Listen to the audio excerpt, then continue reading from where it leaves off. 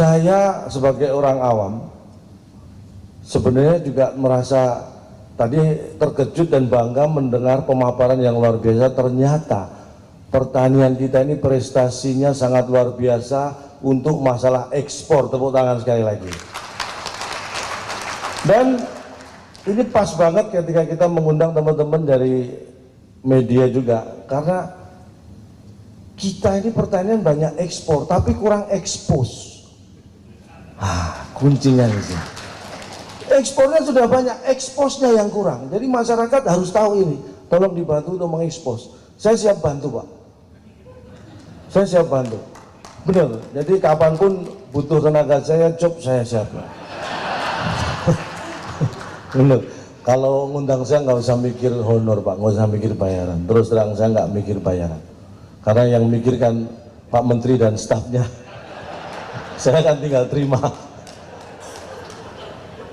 Uang nomor 6, Pak, buat saya, Pak. 1 sampai 5 Pancasila. Jadi selesai Pancasila langsung uang yang saya pikirin, Pak. Tapi benar sekali, ekspor ternyata jagung kita sudah ekspor. Cabai, Pak. Ini yang tidak kita sangka, ini peran cabai-cabean terbukti di sini, Pak. Ini meningkatkan ekspor cabai. Bawang merah bisa ekspor. Sebenarnya bawang putih bisa ekspor kalau nggak diusir sama ibu tirinya. Ini karena diusir ibu tiri, jadi kita nggak bisa ekspor. Tapi sebentar lagi, 3 tahun lagi, Pak, ya, nggak sampai 3 tahun lagi pasti bisa. Itu semangat saya. Makanya saya ini benar-benar bangga. Kalau hari biasa untuk menghadap beliau, Pak Andi Amran ini luar biasa susah karena beliau kan sibuk. Ini kehormatan karena malam hari ini justru Bapak yang menghadap saya. Ini maksudnya beliau duduknya menghadap saya, bukan menghadap dalam arti yang lain. Dan ini kehormatan. Saya ini kalau nggak diundang Bapak saya nggak akan kesini, Pak. Bener. Pertanyaannya kalau nggak diundang terus saya ngapain kesini juga, Pak, ya? Dan memang di sini karena diundang, tapi semua ini mohon maaf, semua pekerjaan saya tinggalkan untuk Kementerian Pertanian. Ya nggak perlu tepuk tangan karena memang nggak ada kerjaan lain.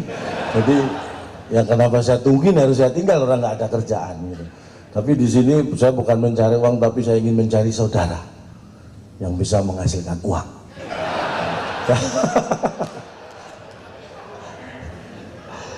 Saya akan menyapa, saya ingin mengatakan bahwa prestasi itu kadang-kadang luput dari pengamatan kita, dari hal-hal tertentu, salah satunya adalah nama. Nah, kenapa kita bisa punya prestasi ekspor pertanian yang luar biasa saat ini? Salah satu karena nama beliau nih, Bapak Menteri kita yang luar biasa. Karena berkaitan dengan nama, saya takut salah sebut nama, saya pakai kacamata, Pak, mohon maaf. Saya kacamata ini punya 3, Pak. 1 kacamata khusus untuk membaca, yang kedua kacamata khusus untuk menulis, Pak. Jadi kalau saya pengen baca, salah ngambil kacamata tulis, saya malah jadinya nulis, nggak baca. Gitu, harus pas kacamatanya. Nah, yang ketiga itu kacamata untuk mencari, saya naruh kacamata tulis, kacamata baca di mana. Jadi 3 kacamata saya.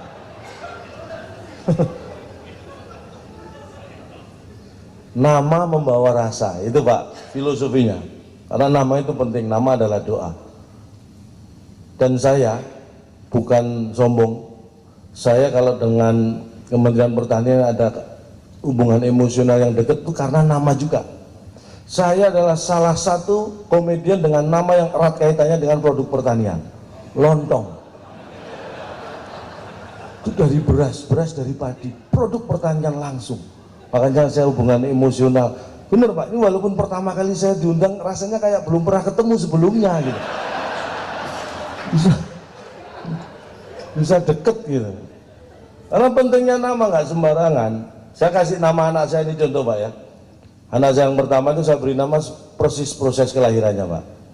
Dulu istri saya waktu mau melahirkan tuh posisi rumah kan di Jakarta itu jam 1 siang hari kerja itu, Selasa atau Rabu saya lupa ya. Hari kerja jam 1 siang itu kan luar biasa macet Jakarta. Pengen melahirkan posisi di rumah saya, bawa ke rumah sakit pakai mobil, Pak. Gara-gara macet. Ini belum sampai rumah sakit anak saya lahir di jalan. Makanya langsung saya beri nama Jonathan. Brojol karena kemacetan. Jadi kalau lihat anak langsung ingat proses kelahirannya. Jadi bapak-bapak yang punya nama Jonathan, proses kelahirannya pasti sama dengan anak saya. Tapi masih mending Pak, ini saya sedikit cerita. Saya punya teman di Jogja Pak, proses kelahiran anaknya persis dengan anak saya. Cuma ini tengah malam, jam 12, jam 1 malam, istrinya pengen melahirkan di rumah. Kebetulan teman saya ini belum punya kendaraan, manggil becak untuk dibawa ke rumah sakit. Jam 1 malam tukang becak sudah tidur semua, akhirnya dipinjem tuh. Becaknya dipinjam teman saya, dikayuh sendiri bawa istrinya ke rumah sakit. Sama, wah setengah mati digenjot becaknya, belum sampai rumah sakit anaknya lahir. Cuma teman saya ngasih nama sambil emosi Pak, karena mungkin capek ngos-ngosan ya. Diberi nama Darwis Suherlan. Sepertinya keren Pak, Darwis Suherlan. Tapi artinya yang bahaya. Darwis Suherlan, modar lah wis kesusu lahir ning dalan. Yang bahaya. Makanya memberi nama anak jangan emosi. Bapak Andi Amran Sulaiman, nama yang luar biasa. Tepuk tangan buat saya. Kalau Bapak Menteri kan sudah sering ditepukin, kalau saya kan jarang Pak ya. Andi, andal dan trendy. Oh. Lihat penampilan beliau kan selalu kelihatan trendy dan bisa diandalkan. Amran, angkat nasib petani menuju kemakmuran. Oh. Nama membawa rasa. Sulaiman, stok dan suplai produk pertanian pasti aman. Wow. Nama membawa rasa, nggak sembarangan nama itu. Nama beliau itu salah satunya. Ini contoh, baru nama beliau ini, belum yang lain. Pak Sekjen ada Pak Sekjen. Pak Syukur Iwantoro? Hadir? Tidak hadir? Alhamdulillah, bisa saya simpan kalau ngundang lagi. Pak Justan Ridwan Sihaan? Wah, ada. Nama membawa rasa. Justan Ridwan Sihaan. Agak susah kita lewati Pak ya. Jadi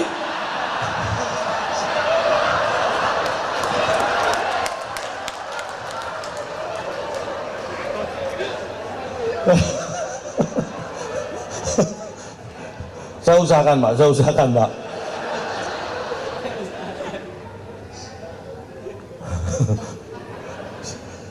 Agak susah memang Pak. Pak mohon maaf bisa diganti Pak yang gampang gitu nggak Pak? Ini nama beliau ini susah ya.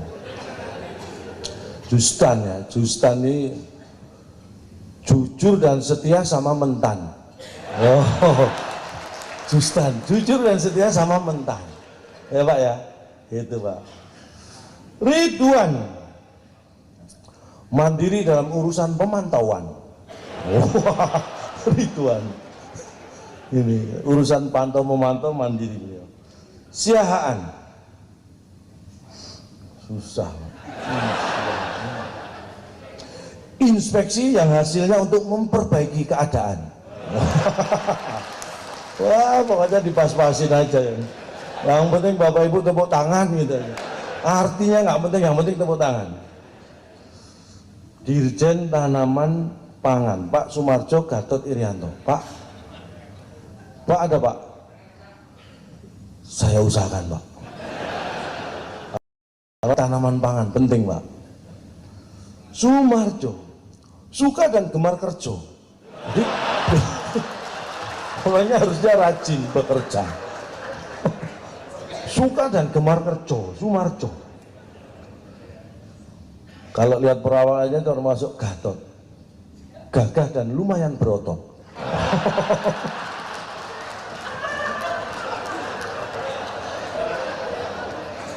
Dan orangnya kelihatan sederhana juga ini, makanya Irianto. Irit dalam penggunaan arto.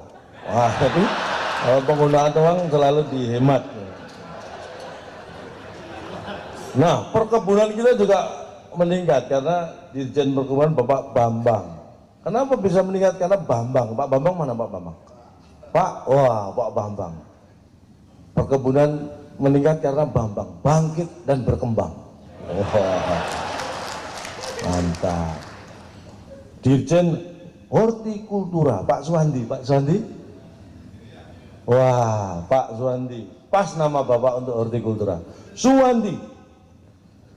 Sayuran itu kebutuhan on dindi. Jadi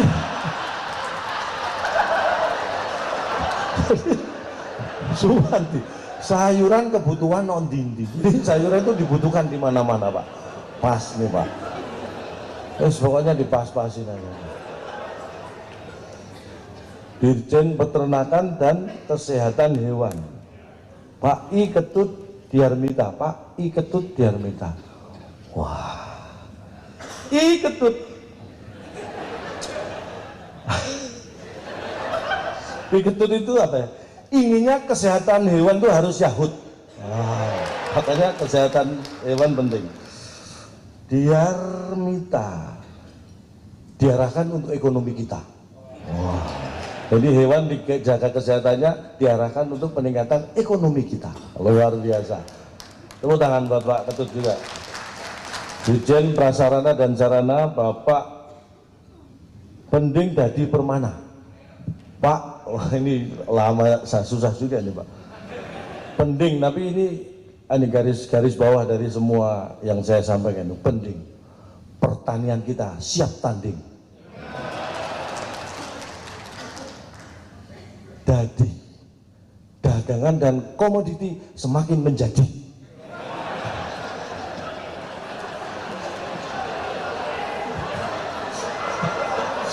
Makso, Permana, pertanian memang butuh prasarana. Nah, mungkin kita menganggap tadi dibikin-bikin, enggak Pak, nama membawa rasa. Makanya sampai diganti berapa kali tadi Pak? Itu karena mencari nama yang pas Pak. Andi itu. Karena kalau namanya pas, prestasinya pasti pas. Tapi saya begini Pak, saya orang yang selalu membaca sejarah dan belajar dari sejarah. Tadi pernah disampaikan tahun akhir 1500 itu VOC Belanda datang ke Indonesia Pak. Tahun tepatnya resminya 1602 lah itu mulai di Indonesia. Karena apa? Karena hasil bumi kita termasuk perkebunan rempah-rempah kita waktu itu yang dicari Belanda. Jadi Belanda pada saat itu kalau ke Indonesia karena belum ada pesawat Pak ya, itu berbulan-bulan itu perjalanan. Hanya untuk mengambil rempah-rempah yang luar biasa dari Indonesia. Ini Pak yang harus kita waspadai. Kalau pertanian dan perkebunan kita berkembang menjadi luar biasa, takutnya nanti Belanda datang lagi Pak. Ini harus kita waspadai. Ya. Jadi kalau perkebunan dan pertanian nanti kita meningkat, kita harus menjaga jangan sampai Belanda datang lagi. Itu. Ini bercanda Pak, jangan dianggap guyon. Jadi karena saya ini orang yang nggak tahu, saya ini bangga sekali dengan Indonesia. Saya kemana-mana, mohon maaf bukan pamer, saya kemana-mana ke luar negeri saya nggak pernah pakai bahasa lain selain bahasa Indonesia. Benar. Saya ingin tunjukkan kepada dunia bahwa Cak Lontong tidak bisa bahasa Inggris. Tapi saya bangga dengan Indonesia. Tidak ada yang bisa mengalahkan Indonesia. Ini menurut saya. Dalam hal apapun. Ingat, Bapak Ibu sekalian. Saya sebutkan tadi negara-negara Eropa datang karena rempah-rempah kita yang luar biasa. Itulah yang membuat bangsa ini luar biasa berjasa untuk seluruh dunia. Amerika itu harusnya berterima kasih pada Indonesia. Karena Amerika itu ada gara-gara Indonesia. Walaupun secara tidak langsung. Bapak Ibu percaya? Tidak, saya juga tidak. Awalnya, tapi ketika saya pelajari sejarah, terbukti pada waktu itu Christopher Columbus ini orang Itali berkebangsaan Spanyol ya. Diperintah Ratu Spanyol waktu itu untuk mencari rempah-rempah. Salah satu tujuannya adalah Indonesia, membawa armadanya yang luar biasa. Dalam perjalanan nyasar, ketemulah salah satu benua, itulah Amerika. Bayangkan kalau waktu itu tidak ada perintah dari Ratu Spanyol untuk mencari rempah-rempah ke Indonesia. Mungkin sampai sekarang Amerika belum ada yang nemu, Pak. Loh, bener. Bayangkan, apa enggak Donald Trump toleh. Amerika belum ada yang nemu. Gara-gara Indonesia Amerika ketemu.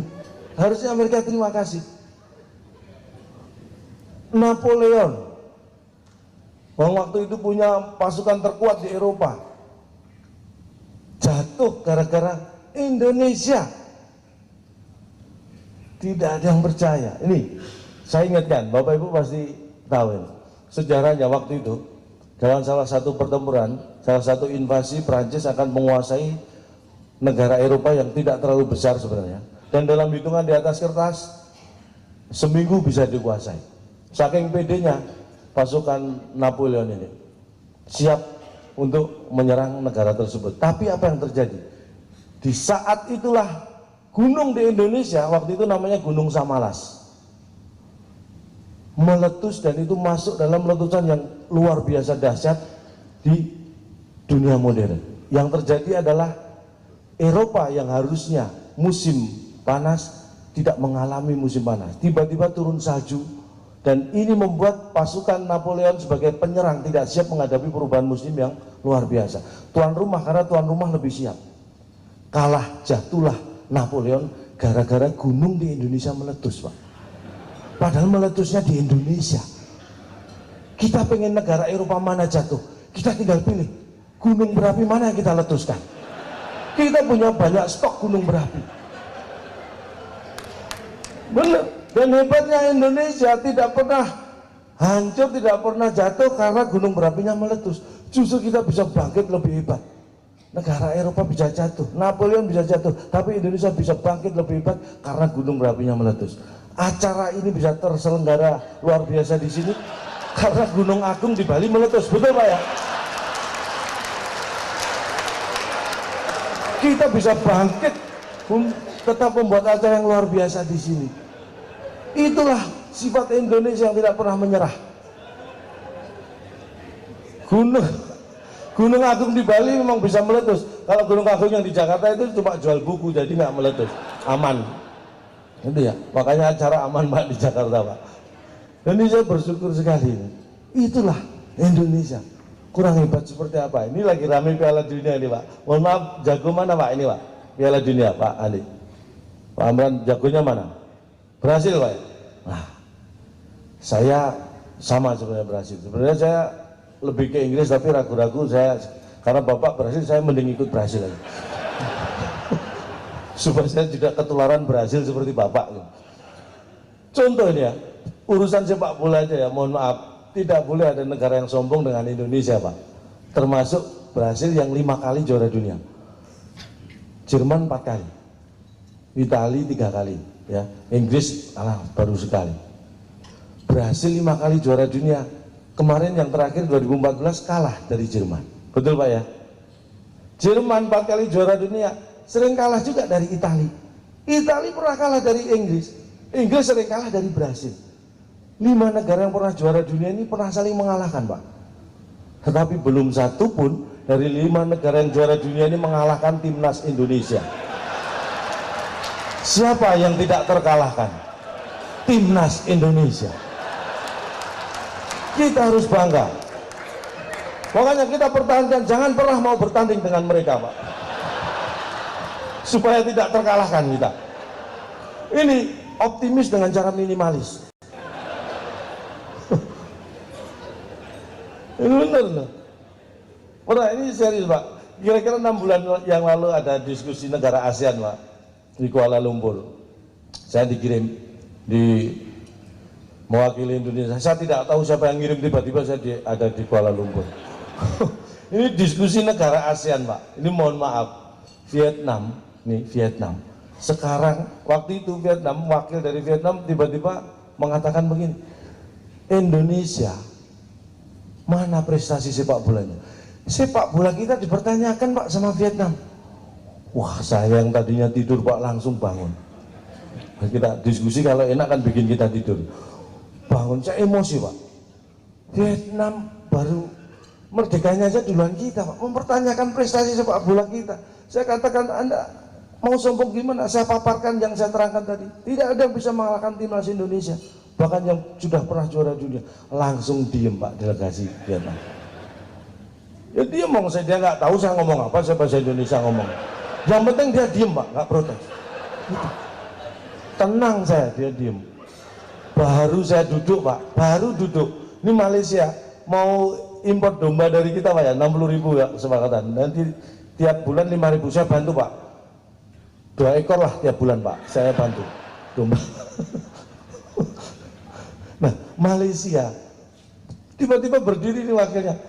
Oke, Anda wakil Indonesia boleh sombong soal sepak bola, tapi saya katakan SDM orang Indonesia kualitasnya menurun. Malaysia Pak mengatakan SDM kita kualitasnya turun. Mana?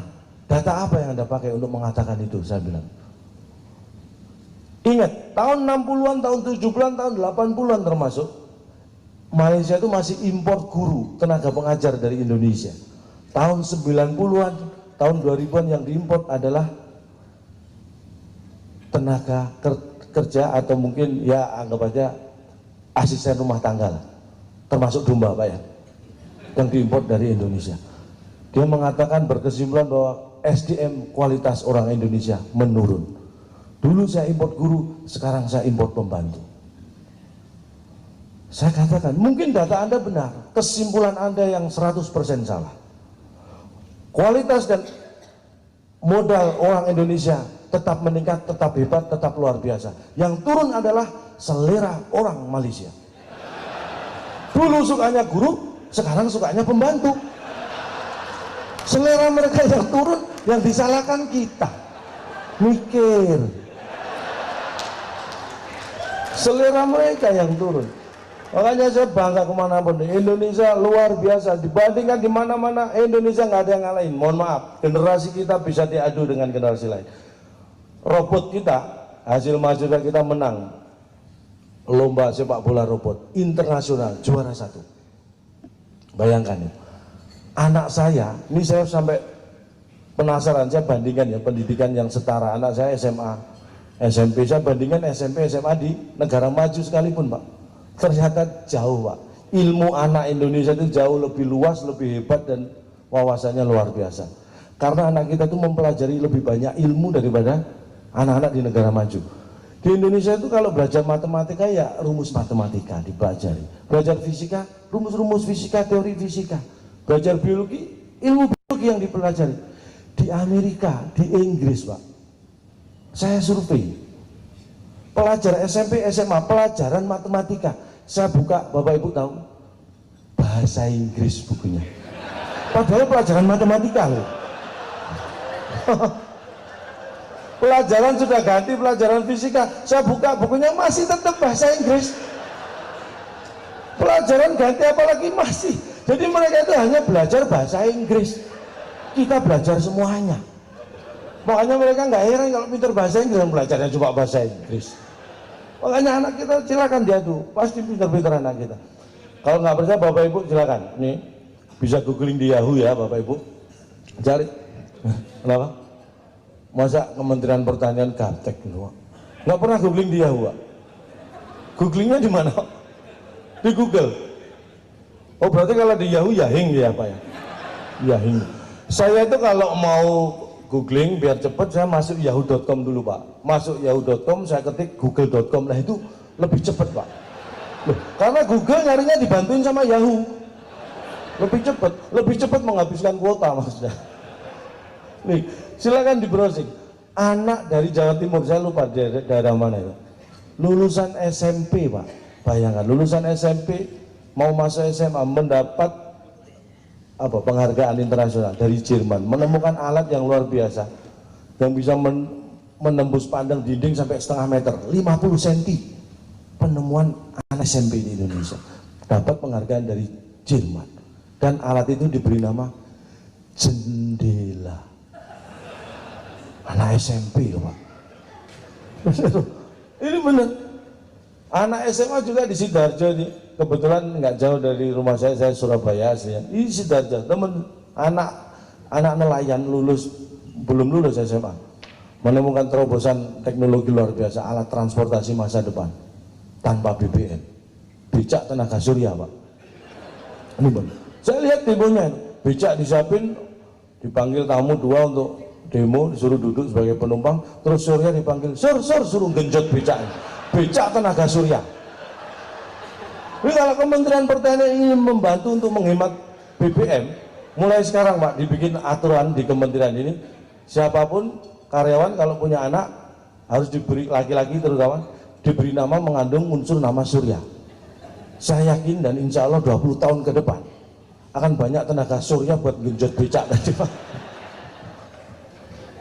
Ya itu nggak pernah minder, makanya kalau dibandingkan nggak ada yang bisa ngalahin Indonesia. Tepuk tangan buat Indonesia kita. Dan kenapa Kementerian Pertanian luar biasa prestasinya? Karena modalnya ini Pak, ini mohon maaf, saya baru pertama kali dan saya membuktikan langsung. Kalau selama ini hanya mendengar Kementerian Pertanian ini kompak-kompak, ini terbukti. Saya bisa membuktikan walaupun saya tidak ngobrol langsung, dari cara duduk ini orang kompak itu kelihatan Pak, seperti ini. Duduknya tanpa ada yang mengomando ngadep sini semua. Ini kalau nggak kompak nggak mungkin. Lihat, duduknya perhatikan orang kompak. Yang ganteng loh, kumpul yang ganteng, ya kan? Gerombol gitu. Yang cantik, perhatikan kanan kiri ada. Gerombol yang cantik, ya kan? Yang jelek nyebar. Bener, kalau jelek jangan ngumpul, ketahuan jeleknya. Ini nyebar aja saya masih tahu, apalagi ngumpul gitu kan. Tapi pertahankan, jelek itu ciri khas, pertahankan. Karena tanpa orang jelek, saya nggak dianggap cakep. Jadi tepuk tangan buat yang jelek ya, tepuk tangan. Saya beri semangat juga bagi yang mungkin merasa jelek, tapi tidak perlu kenceng-kenceng tepuk tangannya ya, karena tidak akan merubah keadaan. Ya jelek ya tetap jelek aja. Tapi yang penting kita harus yakin dan optimis bahwa kita ke depan semakin luar biasa. Ini modal kompak sudah. Berikutnya apa? Sehat-sehat. Nah ini. Kenapa? Karena saya bangga sekali dengan Pak Andi Amran ini, Menteri Pertanian yang nggak pernah ngurusin petani beliau. Karena yang ada adalah menggemukin petani. Nggak pernah petani kan dibikin kurus, nggak pernah dibikin gemuk karena makmur. Jadi beliau ini nggak pernah ngurusin petani, gemukin petani bisanya, luar biasa, membuat petani sejahtera. Nah ini modalnya apa? Sehat. Tanpa sehat tidak ada yang bisa kita lakukan. Dan kunci sehat itu sederhana Pak, hanya satu. Bagaimana supaya kita sehat? Hanya satu, jangan sakit. Hanya itu, tidak ada. Simple ternyata. Jangan sakit, hanya itu saja Pak. Kalau tidak sakit, saya jamin pasti sehat. Walaupun ya mohon maaf, bukan bermaksud banyak ya mitos-mitos ya selama ini hal-hal berkaitan dengan kesehatan yang sebenarnya itu malah salah. Contoh, sehari minum 8 gelas air putih itu menyehatkan katanya. Ini saya katakan bahwa itu hoax. Itu tidak benar sama sekali. Sehari minum 8 gelas air putih itu justru sangat berbahaya. Karena yang sehat itu adalah setiap hari minum 8 gelas air putih. Kalau minumnya cuma sehari, setelah itu nggak minum lagi, bahaya. Jadi sehari minum 8 gelas air putih itu bahaya. Yang sehat itu setiap hari. Nah, Bapak Ibu baru sadar. Untung saya ngomong di sini. Tidur di atas jam 10 itu bahaya. Bapak Ibu percaya? Logikanya begini. Tidur di atas jam 10 itu bahaya dan sangat merugikan. Logikanya begini. Tidur di atas jam 1 saja, kalau jamnya itu sampai rusak, kita servis jam 1. Nah ini jam 10 kita tidur di atasnya. Kalau 10-10-nya rusak, itu merugikan, servis 10 jam. Lebih mahal. Maka tidur yang sehat itu di atas kasur, jangan di atas jam, apalagi 10. Berisiko ya. Untung saya sampaikan di sini. Karena benar, saya senang sekali kalau ketemu orang-orang yang sehat. Indikasinya jelas, orang sehat itu apa? Tertawa Pak. Orang tertawa itu pasti sehat. Yang tidak sehat, yang ditertawakan Pak. Jadi prinsipnya saya merelakan kesehatan saya demi kesehatan ibu bapak sekalian. Benar, saya dianggap nggak sehat, nggak apa-apa, yang penting bapak ibu sehat. Itu tujuan mulia saya. Benar ini, saya korbankan itu demi bapak ibu sekalian. Karena sehat itu penting. Mohon maaf, saya umur saya sudah kepala 4 Pak. Dulu saya sakit sedikit, biasanya ke dokter dulu sebelum kepala 4 umur saya. Tapi sejak umur saya kepala 4 ini mohon maaf ya. Mohon maaf ada keluarga dokter ya. Ini bukan bermaksud apa-apa, ini hanya cerita pengalaman pribadi. Saya itu paling jengkel dengan dokter di Indonesia, Pak. Apa ya? Kepo. Bukan kepo. Lebih dari kepo, ngurusi hal-hal yang bukan urusannya. Lebih dari kepo. Bener. Dulu ya, saya ingat saya umur saya waktu itu 41, saya meriang, periksa ke dokter, Pak. Ditanya macam-macam, oke lah, nggak masalah. Satu pertanyaan yang bikin saya emosi. Dokternya tanya gini, Cak Lontong punya gula? Dokter ini sudah nyampuri urusan dapur saya kan, Pak. Saya mau punya gula, punya garam, punya cabai, itu kan urusan dapur saya. Lo kenapa dokter pakai nanya punya gula atau enggak? Langsung saya berdiri, Pak. Bener. Dok, mohon maaf, saya kesini tuh meriang, mau periksa, bukan ngajak rujaan, saya bilang. Ya ditanya punya gula, memang saya mau ngajak rujaan apa? Sejak itu saya kapok ke dokter. Bener, 2 minggu yang lalu saya pusing, Pak. Saya nggak ke dokter, saya sampai pusing mikirin pusing saya, Pak. Makanya dijaga kesehatan, yang penting itu sehat. Ini modal utama kita. Saya tidak sendirian, Pak. Saya mengajak satu teman, ini juga produk unggulan Indonesia, jangan dilihat tampangnya, Pak. Tampangnya sih biasa-biasa aja, tapi prestasinya yang membuat saya bangga, orangnya sederhana, Mas Tatok namanya, Mas Tatok Pranadi.